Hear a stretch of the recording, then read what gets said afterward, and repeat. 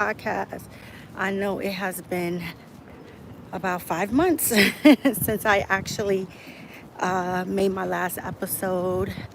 I apologize because I really have some faithful people who look forward to the content that I put out, and I really do appreciate that. Um, I did make an Instagram video at one point in time, whereas I was a little discouraged because I had someone else who ended up stealing the name, and the only difference they have is putting the in the front. So that kind of was a little discouraging. And then my one woman production team, she had to get ready for some things as well as I have. The last 5 to 6 months has been very crazy for the both of us. She's an architect, I'm in HR, trying to figure out what I'm going to do with my life, meaning educational wise and stuff like that. So some things, including the blended family, had to take a back seat. But we are preparing for some new things, new content. We are going to finish season 1. I still have about 4 more episodes that I need to complete for season 1, but we do have season 2 and season 3 completely laid out and ready with some guests as well too. But there are some things that I always ponder on, especially when dealing with blended families, dealing with new relationships, how that come into play, how the children adapt to a new partner, how you ease it in when it comes into relationships and things like that. These things, it can be time consuming, and the one thing that you have to have is patience. You got to have patience because you kind of got to run on the children's batteries as well when it comes to introducing them to a new partner, or just trying to ease them in. It does take some time. I learned a lot in my last relationship, the one that I was ghosted in, of what not to do. And there are things that we feel like we're ready to do, and then you're just not ready. And then when another opportunity may, come knocking at your door, you kind of second guess things. You take things with a slower approach, and you want to make better choices and decisions concerning your children.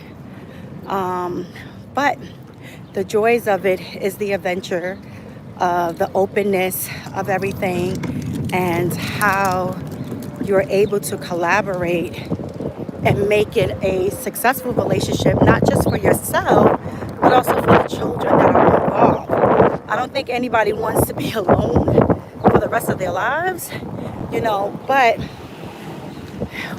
in terms of blended family, you have to take children into consideration. So that is definitely one. But I'm still here, y'all. I am still here. I am still moving forward with things. Things are starting to quiet down, but other parts are starting to pick up, which is okay. As you can see, I am walking and talking at the same time. So I apologize for the additional noises. But, there's a lot that comes into extending your family because you're not creating. And the one thing that I remember after my first divorce, and it was just me and my oldest son, I used to tell them, I'm like, listen, I am a package deal. I'm a whole package. So you're going to have to take me in my package. And, some understood, some didn't. I remember dating this one guy. He actually got tired of me talking about my son. And at first I was like, oh, I can't believe it. Da-da-da-da-da. But I get it at an older age now. I was in my late 20s at the time. And, my son, he was my only child at the time. He was my world. And what I got out of that at a much older age is that he really wanted to get to know me. But getting to know me at the same time also means getting to know my son, because we are a package deal. I watched a video on TikTok about a couple of days ago, and I've been trying to find it, but I think they flagged it and it went down. But it was a young male who was really upset that the girlfriend wanted to leave him because she found out that he had a baby on her and kept it quietly. And in that video, it was extremely disturbing because many people in the comments was wondering where he was and how can they get the child away from him. He basically was willing to give up his relationship with his son, or give up his son. He didn't want his son in order for him to keep his girlfriend. And the girlfriend is like, I'm trying to get you to see your son to be a better father. And he just didn't see it that way. And the names that he called his son, as if children don't know. Children always know. They always know.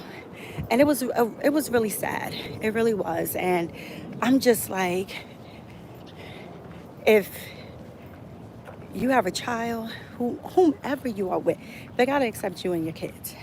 They have to. And if they don't, then they are not the person for you. I don't care how good of a person they are to you. I don't care what they buy. I don't care how they support you. I don't care how good the sex is, because some of y'all are extremely clouded by sex. And that'd be a different topic.